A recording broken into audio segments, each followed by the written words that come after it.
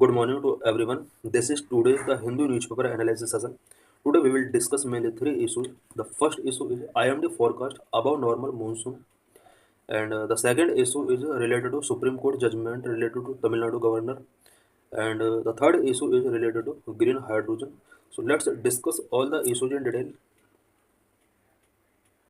IMD predicts above normal rainfall this monsoon. इस monsoon के लिए इंडिया मेट्रोलॉजिकल डिपार्टमेंट ने प्रेडिक्ट किया है कि इंडिया में रेनफॉल नॉर्मल से अबव रहने वाला है। इस सेशन के अंदर हम मानसून से रिलेटेड कुछ इंपॉर्टेंट पॉइंट्स यहाँ पर डिस्कस करेंगे and El Nino and La Nino का इंडियन मानसून पर क्या इम्पैक्ट पड़ता है उससे रिलेटेड कुछ इंपॉर्टेंट पॉइंट्स डिस्कस करेंगे।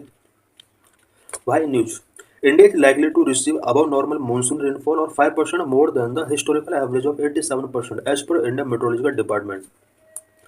आईएमडी के प्रेडिक्ट के अकॉर्डिंग इस बार इंडिया में रेनफॉल नॉर्मल से अबव रहने वाला है। हिस्टोरिकल एवरेज 87% से 5% मोर इस बार रेनफॉल होने वाले हैं। It would be second year of above normal rainfall as India received 8% more than the historical average from June September last year. Last year भी जून मंथ से सितंबर मंथ में जो रेनफॉल रहा था वो नॉर्मल से अबव रहा था और ये सेकेंड ईयर है। इट मीन्स लास्ट ईयर भी अबव नॉर्मल रेनफॉल रहा और इस ईयर भी अबव रहने वाला है। लास्ट ईयर का अगर बात किया जाए तो हिस्टोरिकल एवरेज से जो कि 87 सेंटीमीटर रहता है, इससे 8% मोर रेनफॉल लास्ट ईयर भी रहा। Reasons for surplus rainfall this year, इस ईयर रेनफॉल ज़्यादा क्यों होने वाला है, क्या क्या रीजन्स हैं, इसके मैंने दो रीजन्स हैं। Number one, absence of an El Nino associated with the warming of central equatorial Pacific and weak monsoon rain is a major cause for optimism regarding surplus rain. Surplus rain का जो main reason है वो El Nino का absence है, because अगर El Nino year होता है तो यहाँ पर रेनफॉल ऑटोमेटिक इंडिया के अंदर लैज होता है। अल नीनो जो कि सेंट्रल इक्वेटोरियल पैसिफिक रीजन के ओशन वाटर का अनएक्सपेक्टेडली वार्मिंग होना और इसका इम्पैक्ट इंडिया के अंदर पड़ता है। वार्म होने से इंडिया में रेनफॉल नहीं होता, बट इस बार अल नीनो नहीं है। यही वजह है कि इंडिया में रेनफॉल बहुत ज़्यादा होने वाला है। साथ ही मानसून रेन जो है वो इस बार ज़्यादा होने वाली है। Number two, another factor is a parameter called for Eurasian snow cover और snow cover area of northern hemisphere and Eurasia from January to March. Eurasian snow cover और northern hemisphere and Eurasia region में snow cover जुलाई जनवरी से मार्च month तक इस year बहुत ज़्यादा है। इस वजह से भी इंडिया के अंदर रेनफॉल बहुत ज़्यादा होने वाला है। What are El Nino and La Nina? El Nino and La Nina क्या होता है? ये एक कॉम्प्लेक्स वेदर पैटर्न है जिनका इम्पैक्ट सीधा इंडिया के मानसून पर पड़ता है। La Nina and El Nino are a complex weather pattern resulting from variation in ocean temperature in the equatorial Pacific region. La Nina and El Nino complex weather pattern है जो कि equatorial Pacific region में ocean temperature में variation होने की वजह से emerge होते हैं। It means equatorial Pacific region में ओशियन का जो टेम्परेचर होता है वो कभी कूल हो जाता है, कभी हॉट हो जाता है। उसी के बेस पर El Nino and La Nino complex weather pattern show होते हैं। They are opposite phases of the El Nino southern Oscillation cycle ENSO। El Nino और ला नीना ये ENSO साइकिल के अपोजिट फेजेज हैं। The ENSO cycle describe the fluctuations in temperature between the atmosphere and ocean in the east central equatorial Pacific. ENSO क्या होता है? ENSO mainly east central equatorial Pacific region में ocean temperature and atmosphere temperature के बीच में जो fluctuations होते हैं उसको ये डिस्क्राइब करता है। El Nino and La Nina episode typically last 9 to 12 months but some prolonged events में last few years. El Nino and La Nina episode जो होते हैं वो 9 to 12 मंथ तक कंटिन्यू रहते हैं, बट कुछ इवेंट ऐसे होते हैं जो कुछ कंटिन्यू ईयर्स तक लॉन्ग हो सकते हैं। El Nino is a climate pattern that is caused due to unusual warming of surface waters in the eastern tropical Pacific region. El Nino एक क्लाइमेट पैटर्न है जो कि ईस्टर्न ट्रॉपिकल पैसिफिक ओशन के surface water के अंदर unusual warming होने की वजह से कॉज होता है। It means eastern tropical Pacific ocean का जो सरफेस वाटर होता है उसमें अनयूजुअली वार्मिंग हो जाता है और उस वार्मिंग की वजह से अल नीनो यहाँ पर जनरेट होता है। It is the warm phase of the El Nino southern oscillation. El Nino southern oscillation का ये वार्म फेज होता है। It occurs more frequently than La Nina. La Nina के साथ अगर कंपेयर किया जाए तो अल नीनो बार बार रिपीट होता है और वेरी कम टाइम में रिपीट होता है। La Nina, the cool phase of ENS, is a pattern that caused due to the unusual cooling of the tropical eastern Pacific ocean water में जब अनयूजुअल कूलिंग होता है तो इसकी वजह से लानिना इमर्ज होता है। लानिना ENS का एक कूलिंग फेज है। लानिना इवेंट्स में last between 1 to 3 years, unlike El Nino which usually last no more than 1 year। La Nina events 1 to 3 years तक कंटिन्यू चलते हैं, बट ये अल नीनो से डिफरेंट है because El Nino usually 1 year तक ही रहता है। इट मीन 1 year से कम टाइम पीरियड के लिए अल नीनो कंटिन्यू रहते हैं। बहुत phenomena tend to peak during the northern hemisphere winter. जिस टाइम पर नॉर्थर्न हेमिस्फीयर में विंटर होता है उस टाइम के ड्यूरिंग बहुत फेनोमेना अपने पीक पर होते हैं। During La Nina years India receive normal और above normal rainfall during the monsoon season. जिस ईयर लानिना ईयर होता है उस ईयर इंडिया के अंदर मानसून सीजन में अबव नॉर्मल रेनफॉल होता है। Yet the same phenomena called droughts in Africa and intensify hurricanes over the Atlantic Ocean। लानिना year में जब इंडिया में रेनफॉल बहुत ज़्यादा होता है उसी टाइम के ड्यूरिंग अफ्रीका के अंदर बहुत ज़्यादा ड्रॉट्स होते हैं। साथ ही एटलांटिक ओशन में हरिकेन्स इंटेंसिफाई होते हैं। Conversely, the El Nino brings extreme summers and drought in India while increasing rainfall in the southern United States। El Nino year में इंडिया के अंदर ड्रॉट जैसी सिचुएशंस होती हैं और एक्सट्रीम समर्स यहाँ पर हम एक्सपीरियंस कर सकते हैं, जबकि यूनाइटेड स्टेट्स में रेनफॉल बहुत ज़्यादा इंक्रीज होता है। El Nino was first recognized by Peruvian fishermen off the coast of Peru as unusually warm water। El Nino पहली बार पेरुवियन फिशरमैन के द्वारा पेरू कोस्ट पर रिकॉग्नाइज किया गया था बिकॉज वहाँ का जो वाटर था अनयूजुअली वार्म हो रहा था। Spanish immigrants called it El Nino which means the little boy in Spanish. Spanish immigrants ने इसका नेमिंग अल नीनो गिवन किया बिकॉज स्पेनिश लैंग्वेज में इसका मीनिंग द लिटिल बॉय होता है। La Nina which means the little girl in Spanish, it is also sometimes called El Viejo anti El Nino और simply a cold event. La Nina जिसका meaning little girl होता है Spanish language में, इसके कुछ other name भी हो सकते हैं जैसे अल्बिंजो, एंटी अल नीनो और सिंपली कोल्ड इवेंट भी इसका नेमिंग हो सकता है। La Nina and El Nino in recent year में कब कब La Nina and El Nino event हमने फेस किया। The pattern of temperature keep confusion alive while the La Nina was expected to emerge by July last year but it was not because temperature pattern की वजह से change हो रहा है और लानिना El Nino जो पैटर्न है इनका भी पैटर्न चेंज हो रहा है। लास्ट ईयर लानिना एक्सपेक्ट किया गया था कि वो जुलाई मंथ में आ सकता था बट वो नहीं आया। The IMD has expected a La Nina to set in by late 2024 और अर्ली 2025। लास्ट ईयर ऐसा एक्सपेक्ट किया IMD ने कि 2024 का लास्ट में लानिना आ सकता है या 2025 का अर्ली टाइम पीरियड में लानिना आ सकता है, बट ऐसा भी नहीं हुआ। This decade began with three consecutive La Nina events: 2020, 21, 22, a rare occurrence known as a triple dip La Nina, followed by an El Nino in 2024, 2023। इस डिकेड में हमने स्टार्टिंग से 2020, 21, 22 में कॉन्जुगेटिव लानिना 3 consecutive लानिना हमने एक्सपीरियंस किया। जब किन्हीं 3 years में कॉन्टिन्यू लानिना एक्सपीरियंस किया जाता है तो इस टर्म को ट्रिपल डिप लानिना का नेम गिवन किया जाता है। इसके बाद 2023 में हमने अल नीना ईयर फेस किया।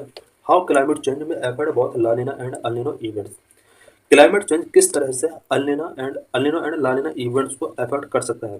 क्लाइमेट चेंज में increase the frequency and intensity of both La Niña and El Niño events as rising sea and land temperature disrupt the Pacific balance. Climate change अगर होता है तो इससे ला Niña and El Niña events की frequency and intensity change हो सकती है because C temperature rise हो रहा है एंड लैंड टेम्परेचर भी साथ में राइज हो रहा है जिसकी वजह से पैसिफिक बैलेंस डिसरप्ट हुआ है। This could also amplify extreme लानिना events which generally lead too harsh winters in India. इसकी वजह से लानिना इवेंट्स एक्सट्रीम हो सकते हैं और इंडिया में हार्श विंटर्स इसके थ्रू लीड हो सकता है। How 2024 was different with respect to La Niña. In 2024 La Niña was not emerge as expected. 2024 में एक्सपेक्ट किया जा रहा था कि लानिना आ सकता है, बट ऐसा नहीं हुआ। Historically the La Nina has usually formed during the monsoon और the pre monsoon period and it has formed only twice between October and December since 1950। Historically La Nina का जो फॉर्मेशन होता है वो मानसून या प्री मानसून पीरियड में होता है, बट 1950 के बाद ऐसा ओनली 2 टाइम हुआ है जब लानिना अक्टूबर से दिसंबर मंथ के बिटवीन आया है।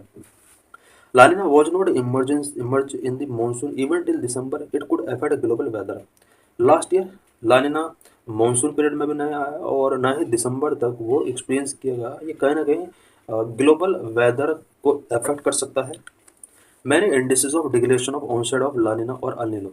लानिना और अल नीनो के ऑनसेट को डिक्लेयर करने वाले क्या क्या इंडिकेटर्स हैं? द ऑनसेट ऑफ लानिना और El Niño can be declared on the basis of many indices. For instance the oceanic Niño index compare the 3 months average sea surface temperature in the east central tropical Pacific with 30 year average. La Niña और El Niño के onset को declare करने के लिए कुछ यहाँ पर indices होते हैं, जिसमें east central Pacific ocean water का 3 मंथ का एवरेज सी सरफेस टेम्परेचर निकाला जाता है और उसका 30 ईयर के एवरेज सी सरफेस टेम्परेचर के साथ कंपेयर किया जाता है। Where the difference between the two is 0.5 degree Celsius और higher it is an El Nino and when it is minus 0.5 degree Celsius और lower it is La Nina. 30 year के average temperature का अगर 3 मंथ के average temperature के साथ compare किया जाता है, अगर दोनों के बीच डिफरेंस 0.5 डिग्री सेल्सियस और हायर है, तो अल नीनो इवेंट्स एक्सपीरियंस करने की पॉसिबिलिटी है। और 30 ईयर के एवरेज टेम्परेचर का डिफरेंस 3 मंथ के एवरेज टेम्परेचर के साथ अगर -0.5 या फिर लोअर रहता है तो यहाँ पर लानिना की पॉसिबिलिटी होती है। How El Nino and La Niña affect monsoon and weather. La Niña and El Niño किस तरह से मानसून एंड वेदर को अफेक्ट करते हैं? El Niño summers are relatively harsher as was the case in April last year when India experienced intense record breaking heat wave। El Nino summer जो होती है वो रिलेटिवली हार्शर होती हैं, जिस तरह से हमने लास्ट ईयर अप्रैल में केस देखा। इंडिया ने इंटेंस हीट यहाँ पर एक्सपीरियंस किया and record breaking heat waves हमने एक्सपीरियंस किया। If El La Niña arrive and persist into the summer of 2025 it may offer relief from high heat. अगर 2025 समर्स में लानिना अराइव होता है तो इससे हीट में हमें रिलीफ मिल सकती है। El Nino often disrupt the monsoon, with India historically receiving below average rainfall during at least half of all El Nino years since 1871। El Nino की अगर बात की जाए तो मानसून को डिसरप्ट करता है और हिस्टोरिकली इंडिया में El Nino ईयर में जो रेनफॉल होता है वो बिलो एवरेज रेनफॉल होता है। La Nina promotes robust monsoon by normal or above normal rainfall in the La Nina years as of 2020, 21 and 2022। La Nina years के during यहाँ पर मानसून रोबस्ट होता है and normal and above normal rainfall होता है, जिस तरह से हमने 2020, 21, 22 में देखा। There are below normal rain in the El Niño years of 2023 में अल नीनो हमने एक्सपीरियंस किया था, बिलो नॉर्मल रेनफॉल रहा था। Thus, it would be a welcome development if a La Nina forms now and continue until the monsoon season। This would mean a less intense summer and more rains for India। अगर India में 2025 में लानिना develop होता है तो एक welcoming हो सकता है इंडिया के लिए, बिकॉज यहाँ पर इंटेंस समर आने वाला है, उससे थोड़ा पीपल को राहत मिल सकती है। What is recent Supreme Court ruling on Article 201? In Article 201, a procedure regarding a bill resolved by a governor for president consideration is given। Article 201 से रिलेटेड सुप्रीम कोर्ट का रिसेंटली एक रूलिंग आया है। वो रूलिंग क्या है, उस ruling से रिलेटेड हम इस आर्टिकल के अंदर कुछ इंपॉर्टेंट पॉइंट्स डिस्कस करेंगे। आर्टिकल 201 के अंदर एक स्पेशल प्रोविजन किया है जिसमें गवर्नर किसी भी बिल को प्रेसिडेंट की कंसिडरेशन के लिए सेंड करता है और उससे रिलेटेड इसमें प्रोविजन गिवन किया गया है। बट इससे रिलेटेड सुप्रीम कोर्ट का अभी जो जजमेंट आया वो जजमेंट क्या है? The Supreme Court slammed Tamil Nadu Governor R.N. Ravi's conduct as unconstitutional, criticizing his prolonged inaction on 10 key bills। Supreme Court ने तमिलनाडु गवर्नर R.N. रवि के कंडक्ट को अनकॉन्स्टिट्यूशनल डिक्लेयर किया है, बिकॉज उन्होंने तमिलनाडु स्टेट असेंबली के द्वारा पास किए गए 10 की बिल्स को एक लॉन्ग टाइम तक के लिए पेंडिंग करके रखा। The court noted that he failed to act for months before simply referring the bills to the president. Court ने यहाँ पर ये नोट किया कि एक लॉन्ग टाइम पीरियड तक बिल्स को उन्होंने अपने पास रिजर्व करके रखा और एक लॉन्ग टाइम पीरियड के बाद उन्होंने प्रेसिडेंट के पास इन बिल को रेफर किया था। The top court deemed the 10 bills to have received assent, declaring following President Draupadi Murmu's action to be void, assenting to only one, rejecting 7 and not considering 2। Top court ने इन 10 bills को अब accent given कर दिया है और ये declare किया है कि द्रौपदी मुर्मू के द्वारा इन 10 बिल्स पर जो इससे पहले एक्शंस टेकिंग किए गए हैं वो नल एंड वॉइड डिक्लेयर कर दिए गए हैं। और 10 बिल्स पर प्रेसिडेंट के द्वारा क्या क्या एक्शन टेकिंग किया गया था, 10 में से 1 बिल को असेंटिंग गिवन किया गया, 7 बिल को रिजेक्ट किया गया था, 2 बिल्स पर किसी टाइप का कंसिडरेशन नहीं किया गया। बट सुप्रीम कोर्ट ने अब इन 10 बिल्स को पास मान लिया है। It also fixed time limits of 1 to 3 months for governors to take action on future bills.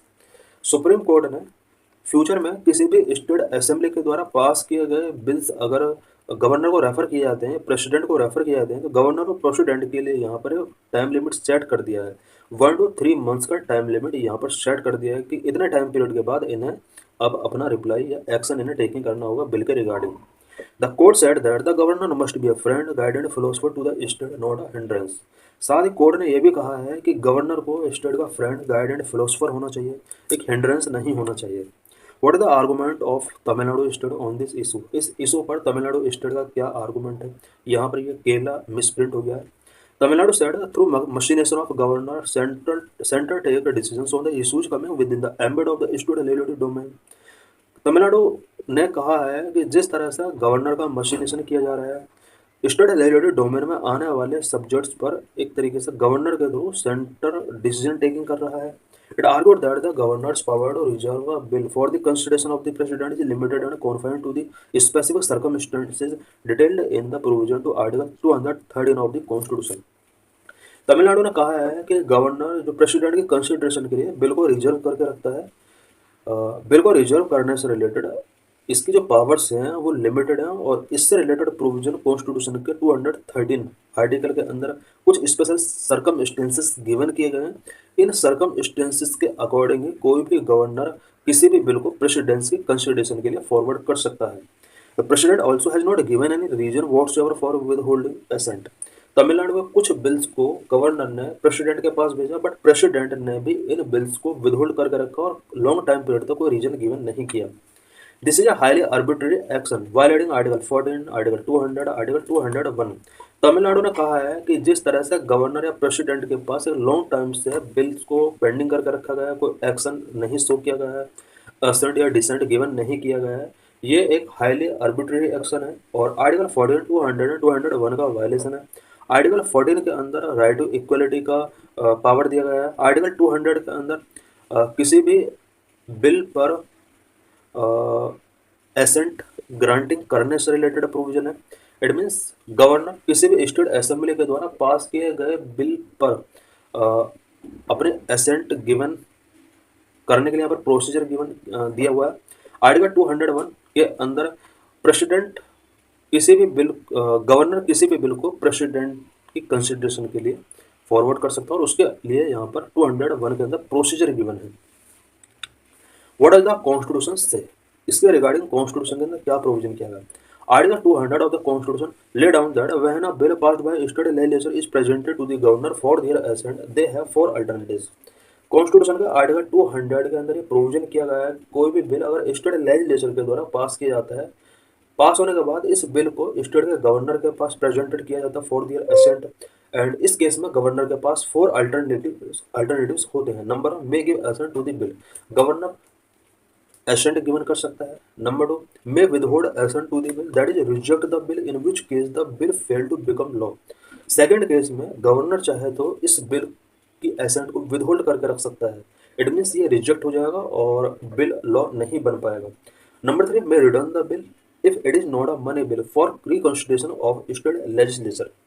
Governor चाहे तो इस बिल को स्टेट लेजिस्लेचर के रिकंसिडरेशन के लिए बिल को रिटर्न कर सकता है, बट अगर मनी बिल का केस है तो गवर्नर इस टाइप के बिल को रिटर्न नहीं कर सकता। Number 4 may reserve the bill for consideration of the president. Governor चाहे तो प्रेसिडेंट की कंसिडरेशन के लिए इस बिल को रिजर्व करके रख सकता है। इट मीन्स गवर्नर के पास यहाँ पर 4 अल्टरनेटिव्स हो सकते हैं बिल पर डिसीजन लेने से related. Governors are required to act as per the advice of the council of ministers. Governor को चाहिए कि वो काउंसिल ऑफ मिनिस्टर्स के एडवाइस पर वर्क करें। Governor must reserve only certain bills like those which reduce the power of high court for the consideration of the president. They may also reserve bill on concurrent list that are repugnant to a union law based on ministerial advice. Governor कुछ certain bills को ही reserve करके रखता है president की consideration के लिए, such as bill अगर high court के पावर को रिड्यूस करने से रिलेटेड है, इस टाइप के बिल को प्रेसिडेंट की कंसिडरेशन के लिए रिजर्व करके रख सकता है। या कोई बिल है जिसके अंदर कॉन्करेंट लिस्ट से रिलेटेड प्रोविजन है, इस टाइप के बिल को भी यहाँ पर गवर्नर प्रेसिडेंट की कंसिडरेशन के लिए रिजर्व करके रख सकता है। Constitution does not lay down a time limit within which the governor is required to make a decision. Constitution के अंदर किसी भी टाइप का यहाँ पर फिक्स टाइम लिमिट नहीं है कि कितने टाइम के अंदर गवर्नर किसी भी बिल के रिगार्डिंग डिसीजन टेकिंग कर सकता है। One about president consideration, president की कंसिडरेशन कितने टाइम पीरियड के अंदर होनी चाहिए। क्या सुप्रीम कोर्ट ने अभी जो अपना रूलिंग गिवन किया है प्रेसिडेंट के ऊपर भी अप्लाई होता है कि 1 to 3 मंथ के अंदर प्रेसिडेंट को अपना असेंट या डिसेंट जो भी डिसीजन है वो गिवन करना होगा। Court rule that a bill can not be reserve for the president consideration once it has been return to the state legislature considered and resubmitted for the assent. Court ने यह कहा है कि किसी भी बिल को गवर्नर प्रेसिडेंट की consideration के लिए रिजर्व नहीं कर सकता अगर वो बिल स्टेट लेजिस्लेचर को गवर्नर के द्वारा रिटर्न कर दिया है और उस पर स्टेट लेजिस्लेचर ने रिकंसिडर किया है। देन रिकंसिडर करने के बाद स्टेट लेजिस्लेचर ने उसको फिर से गवर्नर के पास सबमिट किया है। सबमिट करने के बाद इस टाइप के बिल को गवर्नर प्रेसिडेंट के बिफोर रिकंसिडरेशन के लिए फॉरवर्ड नहीं कर सकता। The only exception is if the bill in its second iteration is materially different from the original version. Second consideration state legislature की अगेन कंसिडरेशन के बाद अगर उस बिल के अंदर मेटेरियली डिफरेंट हो जाता है ओरिजिनल वर्जन से, उस केस में गवर्नर चाहे तो इस बिल को प्रेसिडेंट की कंसिडरेशन के लिए फॉरवर्ड कर सकता है। Judgment also clarified that such reservation can not be based on personal dissatisfaction और political expediency and is only permissible when bill is give threat to democratic principles. Supreme Court का judgment जो अभी आया उस judgement के अंदर supreme Court ने यह भी क्लैरिफाइड किया है कि जो गवर्नर प्रेसिडेंट की कंसिडरेशन के लिए बिल का रिजर्वेशन करता है, जो रिजर्व करके रखता है, ये पर्सनल डिससेटिस्फैक्शन के बेस पर या पॉलिटिकल एक्सपीडियंसी के बेस पर नहीं होना चाहिए। बिल को रिजर्व करने के लिए सिर्फ एक ही कंडीशन है कि अगर डेमोक्रेटिक प्रिंसिपल को ग्रेव थ्रेट होता है इस बिल की वजह से, इस तरह के बिल को गवर्नर चाहे तो प्रेसिडेंट की कंसिडरेशन के लिए रिजर्व करके रख सकता है। Judges have set a 3-month deadline for the president to decide whether to assent to bill referred by the governor. और रिसेंटली सुप्रीम कोर्ट के जजेस ने यहाँ पर प्रेसिडेंट को डिसीजन लेने के लिए यहाँ पर 3 मंथ का डेडलाइन फिक्स किया है। इट मीन्स गवर्नर ने जो बिल प्रेसिडेंट की कंसिडरेशन के लिए रेफर किया था, प्रेसिडेंट को भी यहाँ पर 1 to 3 मंथ के अंदर अपना डिसीजन गिवन करना होगा। Any delay beyond this period must be accompanied by justifiable reason and communicated to the concerned state, the ruling state. Supreme Court ने कहा है कि अगर 1 to 3 मंथ के अंदर प्रेसिडेंट भी अपना डिसीजन गिवन नहीं कर पाता है तो इस केस में प्रेसिडेंट को जस्टिफिएबल रीजन कंसर्न स्टेट को गिवन करना होगा, उसके साथ कम्युनिकेट करना होगा। How governor play an important role to maintain unity and integrity of a nation. Governor किस तरह से नेशन की यूनिटी एंड इंटीग्रिटी को मेंटेन करने में अपना एक इंपॉर्टेंट रोल प्ले करते हैं। In our constitutional scheme governor are nominal head of the state executive just like the president for the union executive. Indian constitutional scheme के अंदर गवर्नर एक स्टेट एग्जीक्यूटिव का नॉमिनल हेड होता है, just like president union executive का nominal head होता है। Governor acts as an appointee of the centre who is responsible for maintaining unity and integrity of the nation in critical times. Governors जितने भी होते हैं central government के द्वारा appointed किए जाते हैं एंड क्रिटिकल टाइम्स में इंडिया की यूनिटी इंटीग्रिटी को मेंटेन करने में इनका एक बहुत बड़ा रोल होता है। Federalism is a basic feature of our constitution and the governors of should not undermine powers of elected government and state. Federalism हमारे इंडियन कॉन्स्टिट्यूशन का एक बेसिक फीचर है और गवर्नर का जो ऑफिस है उसको इलेक्टेड स्टेट गवर्नमेंट की पावर को अंडरमाइन नहीं करना चाहिए। Is judicial review permissible. क्या गवर्नर अगर किसी बिल को प्रेसिडेंट कंसिडरेशन के लिए रिजर्व करके रखता है या लॉन्ग टाइम तक पेंडिंग करके रखता है, इसका जुडिशियल रिव्यू किया जा सकता है। द जजेस emphasise that any exercise of governorial description must be under judicial review to prevent any disregard for the will of the people. जजेस ने यहाँ पर एम्फसाइज किया है कि गवर्नर की डिस्क्रिप्शन पावर जो है उसका जुडिशियल रिव्यू अब किया जा सकेगा। Invoking its inherent power under Article 142 of the Constitution, the court deemed the 10 pending bills to have received assent. Court ने यहाँ पर 10 बिल्स को एसेंट गिवन मान लिया है और इसके लिए कोर्ट ने अपने 100 आर्टिकल 142 के जो पावर गिवन है उसका यूज किया है। What were the recommendations about this issue? इस इशू से रिलेटेड कुछ कमीशंस के रिकमेंडेशंस थे। इट मीन्स गवर्नर और प्रेसिडेंट की बिल से रिलेटेड पावर को लेकर यहाँ पर कुछ कमीशंस के यहाँ पर रिकमेंडेशंस गिवन किए गए थे। वो क्या क्या रिकमेंडेशंस थे? पहला हम इसमें सरकारी कमीशन के बारे में पढ़ेंगे, दूसरा हम इसमें पुंछी कमीशन के बारे में पढ़ेंगे। सरकारी कमीशन के क्या क्या रिकमेंडेशंस थे? Sarkaria Commission 1987 has submitted that bill should be reserved for rare cases of unconstitutionality. 1987 में सरकारी कमीशन ने रिकमेंड किया था कि गवर्नर के द्वारा ओनली उन्हीं बिल्स को रिजर्व करके रखा जाना चाहिए प्रेसिडेंट की कंस्टिट्यूशन के लिए जो कि अनकॉन्स्टिट्यूशनलिटी से रिलेटेड है। Governor must discharge his function under article 200 as per the advice of ministers. Sarkaria commission ने यहाँ पर यह भी रिकमेंड किया था कि गवर्नर को आर्टिकल 200 के अकॉर्डिंग मिनिस्टर्स के एडवाइस के बेस पर फंक्शन करना चाहिए। It further recommended that the president should dispose of such bills with in a maximum period of 6 month. सरकारी कमीशन ने यहाँ पर प्रेसिडेंट के लिए कहा कि 6 मंथ के अंदर, मैक्सिमम टाइम पीरियड 6 मंथ के अंदर बिल्स को प्रेसिडेंट को डिस्पोज कर देना चाहिए। If president withholding assent, the reason should be communicated to the state government wherever possible। यहाँ पर सरकारी कमीशन का एक रिकमेंडेशन ये भी था कि अगर प्रेसिडेंट एसेंट को विदहोल्ड करके रखता है तो स्टेट गवर्नमेंट को प्रेसिडेंट को कम्युनिकेट करना होगा। The Punchi Commission 2010 had recommended that the governor should take a decision with respect to a bill returned for their assent within a period of 6 months। पुंची Commission ने भी 2010 में ये recommend किया है कि गवर्नर को with in a period of 6 month किसी भी बिल्स पर जो उसके बिफोर किसी स्टेट लेजिस्लेचर के द्वारा पास किए गए बिल को अगर प्रेजेंट किया जाता है तो गवर्नर को यहाँ पर 6 मंथ के अंदर डिसीजन गिवन कर देना चाहिए। However these recommendations have not been implemented till date. लेकिन यहाँ पर जो सबसे बैड रहा है वो पुंची कमीशन या सरकारी कमीशन का कोई भी रिकमेंडेशन यहाँ पर इम्प्लीमेंट नहीं किया जा सकता, अभी तक किया नहीं जा सका। How can this impasse be resolve? इस इम्पासिव को किस तरह से रिजॉल्व किया सकता है? The main reason for this impasse which flawed our federal setup is the politicization of the gubernatorial post. इस इम्पासिव का जो मेन रीजन है जो हमारे फेडरल सेटअप को ब्लॉक कर रहा है वो है गवर्नर पोस्ट का politicisation. Many political leaders have called for abolition of the governors post in the past. कुछ पॉलिटिकल पास्ट ने इस इम्पासिव को सॉल्व करने के लिए गवर्नर के पोस्ट का एबोलिशन का भी रिकमेंडेशन गिवन किया। As the Supreme Court observed, it is necessary for governors and chief minister to do a little bit of soul searching. The constitution may be amended to provide that the CMs shall be consulted before appointing the governors। इस इम्पासी को solve करने के लिए एक ये भी एक solution हो सकता है कि जिस टाइम पर गवर्नर्स का अपॉइंट किया जाता है किसी पर्टिकुलर स्टेट के अंदर, अपॉइंटमेंट करने के ड्यूरिंग उस स्टेट के चीफ मिनिस्टर के साथ भी कंसल्ट किया जाना चाहिए और ऐसा कॉन्स्टिट्यूशन के अंदर अमेंडमेंट किया जाना चाहिए। अभी प्रेजेंट में गवर्नर का जो अपॉइंटमेंट किया जाता है किसी पर्टिकुलर स्टेट के लिए वहाँ पर चीफ मिनिस्टर के साथ कंसल्ट करने का कोई प्रोविजन नहीं है। Recommendation of the Punchhi Commission that governors may be removed through an impeachment by the state legislature can also be considered. Punchhi Commission ने यहाँ पर यह भी रिकमेंड किया था कि स्टेट लेजिस्लेचर को गवर्नर को रिमूव करने के लिए इम्पीचमेंट का पावर गिवन करना चाहिए। इट मीन्स अगर स्टेट गवर्नमेंट या स्टेट लेजिस्लेचर को लगता है कि गवर्नर स्टेट गवर्नमेंट के साथ कोऑपरेटिव नहीं है तो स्टेट लेजिस्लेचर को ये पावर गिवन की जानी चाहिए कि वो इम्पीचमेंट मोशन इनिशिएट कर सके गवर्नर के अगेंस्ट। बट अभी करंट में ऐसा कोई प्रोविजन नहीं है। This would arm the state legislature with the power to remove an uncooperative governor.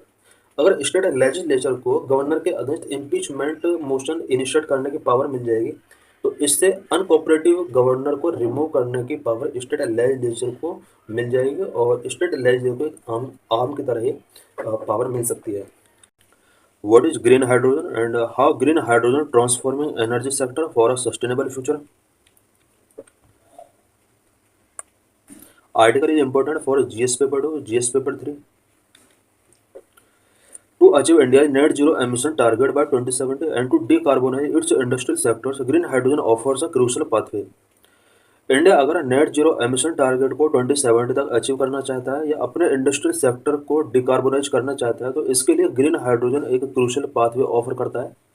India has set target of producing 5 million metric ton of green hydrogen annually by 2030. India 2030 तक annually 5 million metric ton green hydrogen produce करने का India ने target रखा हुआ है। Achievement of this target could establish India early leadership in the emerging sector. India अगर 5 million metric ton green hydrogen producing करने का एनुअली टारगेट अगर कंप्लीट कर लेता है तो इंडिया ग्रीन हाइड्रोजन सेक्टर में अपने लीडरशिप शो कर सकता है globally. What is green hydrogen? Green hydrogen is a hydrogen which is produced through the electrolysis of water using renewable energy sources like solar, wind, or hydropower. It does not release greenhouse gas during production, making it an environment-friendly fuel. Green hydrogen एक type का hydrogen है जो कि water के electrolysis के through renewable energy source का use करके produce किया जाता है। Renewable energy source such as solar, wind और हाइड्रो पावर एनर्जी का यूज करके जब वाटर का इलेक्ट्रोलाइसिस किया जाता है और हाइड्रोजन और ऑक्सीजन को अलग किया जाता है, this is known as green hydrogen. जिस टाइम पर ग्रीन हाइड्रोजन का प्रोडक्शन किया था उस टाइम पर किसी भी टाइप का ग्रीन हाउस गैस रिलीज नहीं होता है। यही वजह है कि green hydrogen environment friendly fuel है। Green hydrogen is a tasteless, colourless, odourless, non toxic and highly combustible gases substance. Green hydrogen tasteless होता है, colourless, odourless, non toxic and highly combustible gases substance है। It is the simplest, lightest and most abundant element in universe. Green hydrogen पूरे universe के अंदर simplest, lightest and most abundant element है। In green hydrogen, the term green refer to the method of production which involve the use of renewable energy sources like wind, solar और tidal power for electrolysis. Green hydrogen में green term का जो meaning है mainly method of production को ये show कर रहा है। जिस टाइम पर ग्रीन हाइड्रोजन का प्रोडक्शन किया जाता है उस टाइम पर renewable energy sources such as wind, solar और हाइडल पावर का यूज इलेक्ट्रोलाइसिस के लिए किया जाता है। Electrolysis process split water into hydrogen and oxygen without emitting greenhouse gases. Electrolysis process में वाटर को हाइड्रोजन एंड ऑक्सीजन में स्प्लिट किया जाता है और इस टाइम पर किसी भी टाइप का ग्रीन हाउस गैस एमिट नहीं होता है। How is green hydrogen different from grey and blue hydrogen? Green hydrogen का साथ साथ ग्रे हाइड्रोजन और ब्लू हाइड्रोजन भी होता है, बट तीनों के बीच में क्या डिफरेंस है? Grey hydrogen is produce from fossil fuels like coal और natural gas releasing greenhouse gases during production. बात अगर ग्रे हाइड्रोजन की जाए, grey hydrogen fossil fuels like coal and natural gas से प्रोड्यूस किया जाता है और जिस टाइम पर इसका प्रोडक्शन होता है उस टाइम पर ग्रीन हाउस गैस का रिलीज इन्वायरमेंट के अंदर बहुत ज़्यादा होता है। Number 2, blue hydrogen. Blue hydrogen is also produce from fossil fuels but with carbon capture and storage technologies. Blue hydrogen भी फॉसिल फ्यूल्स के थ्रू प्रोड्यूस किया जाता है बट इसमें काफ़ी हद तक कार्बन को कैप्चर किया जाता है एंड स्टोरेज टेक्नोलॉजीज कार्बन से रिलेटेड काफ़ी बेटर है। इट मीन्स यहाँ पर ग्रे हाइड्रोजन और ब्लू हाइड्रोजन दोनों ही फॉसिल फ्यूल से यहाँ पर प्रोड्यूस किए जा रहे हैं, बट ग्रीन हाइड्रोजन के अंदर ग्रीन हाउस गैसेस का इमिशन एनवायरनमेंट के अंदर बहुत ज़्यादा होता है। ब्लू हाइड्रोजन के प्रोडक्शन के ड्यूरिंग यहाँ पर कार्बन कैप्चर पर फोकस किया जाता है और ग्रीन हाउस गैस का इमिशन उतना नहीं होता जितना कि ग्रे हाइड्रोजन प्रोडक्शन का ड्यूरिंग होता है। Green hydrogen is the cleanest form because it uses renewable energy sources. बात अगर ग्रीन हाइड्रोजन की जाए तो ये क्लीनेस्ट फॉर्म है और इसके प्रोडक्शन में रिन्यूएबल एनर्जी सोर्सेज का यूज किया जाता है।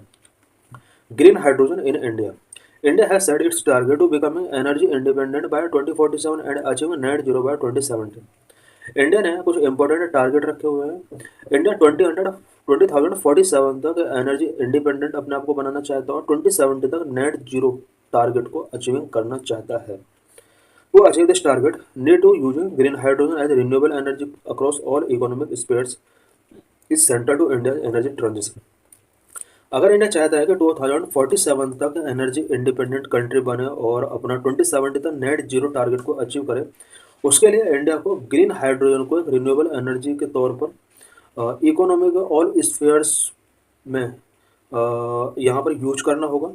India has set a target of producing 5 million metric ton of green hydrogen annually by 2030। India ने ग्रीन हाइड्रोजन प्रोडक्शन का भी यहाँ पर टारगेट रखा हुआ है। 2030 तक annually India 5 million metric ton green hydrogen produce करना चाहता है। Currently India is on track to meet only 10% of its stated goal. Because India का गोल है कि वो 2030 तक yearly 5 million metric ton green hydrogen produce करे, बट अभी तक इसका ओनली 10% टारगेट को अचीव किया जा रहा है। Green hydrogen advantage, green hydrogen के क्या क्या एडवांटेजेस होते हैं। Number one, energy storage for a long period तक के लिए एनर्जी को स्टोर किया जा सकता है। फ्लेक्सिबल एनर्जी कैरियर, इस एनर्जी को one place to another place carrier करना ईजी है।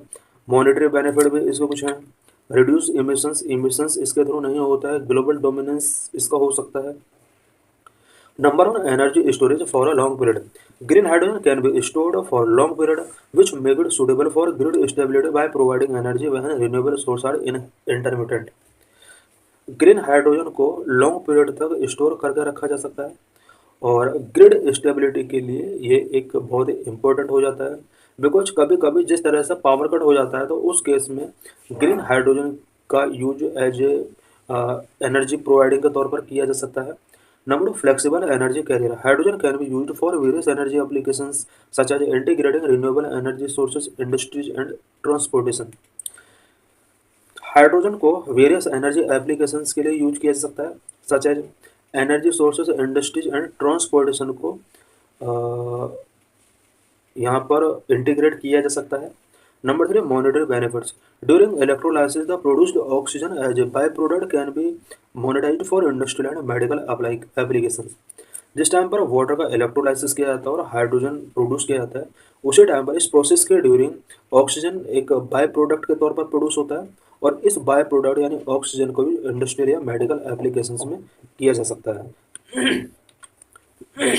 Number four, reduced emissions. Unlike grey hydrogen, which is produced from methane, green hydrogen producer does not release greenhouse gases and its byproduct oxygen, environment friendly water vapor. Green hydrogen जो कि methane से grey hydrogen जो कि methane से produce किया जाता है, वहीं ग्रीन हाइड्रोजन एक रिलायबल सोर्स है एनर्जी का जो कि ग्रीन हाउस गैस रिलीज नहीं करता है और इसका जो बाय प्रोडक्ट होता है ऑक्सीजन वो इन्वायरमेंट फ्रेंडली वेपर होता है। Number five, global dominance, several countries are doing experiment of blending green hydrogen with natural gas for power generation, industrial application and residential use. बहुत सारे कंट्रीज हैं अब जो कि नेचुरल गैस में अब ग्रीन हाइड्रोजन ब्लेंडिंग कर रहे हैं सो दैट पावर जनरेशन को बूस्ट किया सके। Issues and challenges before green hydrogen के बिफोर क्या क्या इशूज एंड चैलेंजेस है स्पेशली इंडिया के अंदर। Number one, high cost of production. Number two, high energy consumption. Number three, safety concern. Number four, need to develop infrastructure. Number six, energy storage. Number seven, dependency on renewable energy sources. Number eight, public acceptance. Number one, high cost of production. The production of green hydrogen through electrolysis by using renewable energy sources is more expensive, making hydrogen production costlier. Because current में hydrogen को produce करने का जो cost है वो काफ़ी ज़्यादा है। जिस टाइम पर वाटर का रिन्यूएबल एनर्जी सोर्स का यूज करके इलेक्ट्रोलाइसिस किया जाता है मोर एक्सपेंसिव हो जाता है। यही वजह है कि अभी भी ग्रीन हाइड्रोजन का प्रोडक्शन कॉस्ट बहुत ज़्यादा है। Number two, high energy consumption. Green hydrogen production require more energy than other fuels. ग्रीन हाइड्रोजन का जिस टाइम पर प्रोडक्शन किया था उस टाइम पर इसके लिए एनर्जी बहुत ज़्यादा चाहिए, जबकि अदर फ्यूल का जब प्रोडक्शन किया जाता है उसमें उतना एनर्जी नहीं चाहिए। Number three, safety concern. Hydrogen is highly flammable and volatile, needs extensive safety measure to prevent explosion and leak. Hydrogen का अगर लीकेज हो जाता है तो ये हाईली फ्लेमेबल और वोलेटाइल हो सकता है बिकॉज ये हाईली फ्लेमेबल है और वोलेटाइल गैस है और एक्सप्लोजन या लीकेज को प्रिवेंट करने के लिए कुछ सेफ्टी मेजर्स यहाँ पर टेकिंग करने होंगे। The development of proper safety regulations and protocol is crucial to ensure the safe handling and storage of the green hydrogen. Green hydrogen के सेफ हैंडलिंग एंड स्टोरेज करने के लिए कुछ सेफ्टी रेगुलेशंस एंड प्रोटोकॉल का develop हमें करना होगा। Number four, need to develop infrastructure for production storage and distribution of green hydrogen. It require the development of a robust infrastructure. Green hydrogen के production के लिए, स्टोरेज के लिए, distribution के लिए हमें रोबस्ट इंफ्रास्ट्रक्चर डेवलप करना होगा। Number six, energy storage. The development of effective energy storage solution is important to enable the wide speed adoption of green hydrogen. Green hydrogen के वाइड स्पीड एडोप्शन के लिए हमें effective energy storage solution से develop करने होंगे India के अंदर। Energy storage solutions like batteries and hydrogen storage can store excess energy and provide a constant supply of green hydrogen. Energy storage solution की अगर बात की जाए तो इसके लिए बैटरीज एंड हाइड्रोजन स्टोरेज हम इस्टेब्लिश कर सकते हैं सो दैट एक्सेस एनर्जी को स्टोर किया सके and constant supply green hydrogen के तहत यहाँ पर कॉलोनीज के लिए प्रोवाइड कराया जा सके। Number 7, dependency on renewable energy sources. Green hydrogen production is dependent on renewable energy sources like solar, wind and hydro power. These sources are intermittent and their output can fluctuate over time. Because green hydrogen का जो production है वो renewable energy sources like solar, wind and hydro power पर depend है। और ये renewable source energy जो होते हैं वो इंटरमिटेंट होते हैं और इनका जो आउटपुट है ओवर द टाइम फ्लक्चुएट हो सकता है। Number 8, public acceptance. The public acceptance of green hydrogen is necessary to its adoption. The public must be educated about important benefit of green hydrogen and its role in mitigating climate change. Green hydrogen के acceptance के लिए specially public के द्वारा इसको adopt करने के लिए public acceptance बहुत ज़रूरी है। जब तक पब्लिक इसको एक्सेप्ट नहीं करेगी तब तक ग्रीन हाइड्रोजन मिशन को आगे नहीं बढ़ाया जा सकता। ग्रीन हाइड्रोजन का क्या क्या बेनिफिट होते हैं इसके रिगार्डिंग पब्लिक को एजुकेट करना होगा, इसके इम्पोर्टेंट बेनिफिट्स से इन्हें अपडेट कराना होगा और क्लाइमेट चेंज को किस तरह से मिटिगेट किया जा सकता है ग्रीन हाइड्रोजन का यूज करके, इससे रिलेटेड सारा नॉलेज पब्लिक को गिवन करना होगा। What are India initiatives to promote green hydrogen. Green hydrogen को प्रमोट करने के लिए इंडिया की तरफ से वेरियस इनिशिएटिव्स टेकिंग किए गए हैं। वो क्या क्या इनिशिएटिव्स हैं? India launch several initiatives and policies to promote the production, utilisation and export of green hydrogen. India ने ग्रीन हाइड्रोजन के प्रोडक्शन के लिए, यूटिलाइजेशन एंड एक्सपोर्ट को बूस्ट करने के लिए सेवरल इनिशिएटिव्स एंड पॉलिसीज को प्रमोट किया है। Number 1, national hydrogen mission. National hydrogen mission was announced in Union Budget 2021-22, which aims to make India global hub for green hydrogen. National hydrogen mission India में union budget 2021-22 के during announce किया गया था so that India को green hydrogen hub, globally green hydrogen hub बनाया जा सके। This mission which facilitated demand creation, research and development, pilot project, skill development, standards and regulation and policy framework for green hydrogen. National hydrogen mission के अंदर green hydrogen से related demand creation करने के लिए, research and development के लिए, pilot project के लिए, skill development and green hydrogen के लिए स्टैंडर्ड रेगुलेशन फिक्स करने के लिए और स्पेशली पॉलिसी फ्रेमवर्क बनाने के लिए यहाँ पर नेशनल हाइड्रोजन मिशन लॉन्च किया गया इंडिया के अंदर। Number 2, green hydrogen consumption obligations. The ministry of new and renewable energy MNRE has introduced green hydrogen consumption obligation for petroleum refining and fertiliser industry. It is just like the renewable purchase obligation for electricity distribution companies. These obligations will require these industries to consume a certain percentage of green hydrogen in their overall hydrogen consumption. Ministry of New and Renewable Energy MNRE ने petroleum refining and fertiliser industries के लिए कुछ obligations यहाँ पर fix किए हैं और ये ऑब्लिगेशन मेनली ये है कि ये जो इंडस्ट्री ओवरऑल जितना हाइड्रोजन कंजप्शन करते हैं उसका उसका कुछ परसेंटेज ग्रीन हाइड्रोजन के तौर पर ये यूज करें। It means refining, petroleum refining and fertiliser industries के लिए ये ऑब्लाइड कर दिया गया है कि वो अपने ओवरऑल हाइड्रोजन कंजप्शन का कुछ पार्ट या कुछ परसेंटेज ग्रीन हाइड्रोजन के तौर पर यूज करें। Number 3, green hydrogen hubs. The Ministry of New and Renewable Energy has identified regions that can facilitate a large-scale production of green hydrogen and develop them as green hydrogen hub. Ministry of new and renewable energy ने India में कुछ regions को identify किया है जहां पर green hydrogen को large scale पर प्रोड्यूस किया जा सकता है एंड ग्रीन हाइड्रोजन हब्स उन एरियाज को डेवलप किया जा सकता है। Green hydrogen applications. Green hydrogen का क्या क्या एप्लीकेशंस हैं? Number 1, wide range of applications. Number 2, transportation में इसका बहुत ज़्यादा एप्लीकेशन है। Number 3, energy storage and grid integration है। एनर्जी स्टोर किया जा सकता है, ग्रिड इंटीग्रेशन में ग्रीन हाइड्रोजन का बहुत बड़ा रोल है। Number 4, industrial application. कुछ इंडस्ट्रीज के अंदर भी ग्रीन हाइड्रोजन का यूज किया जा सकता है। Number 5, residential and commercial applications भी इसके हैं। हाइड्रोजन ब्लेंडिंग में इसका इंपॉर्टेंट रोल है। हाइड्रोजन ट्रेड में इसका इंपॉर्टेंट रोल है। Number 1, wide range of applications. Green hydrogen has a wide range of applications in various sectors, making it a versatile and valuable resource in the transition toward a carbon neutral and sustainable future. Green hydrogen का various sectors में wide range of applications हैं।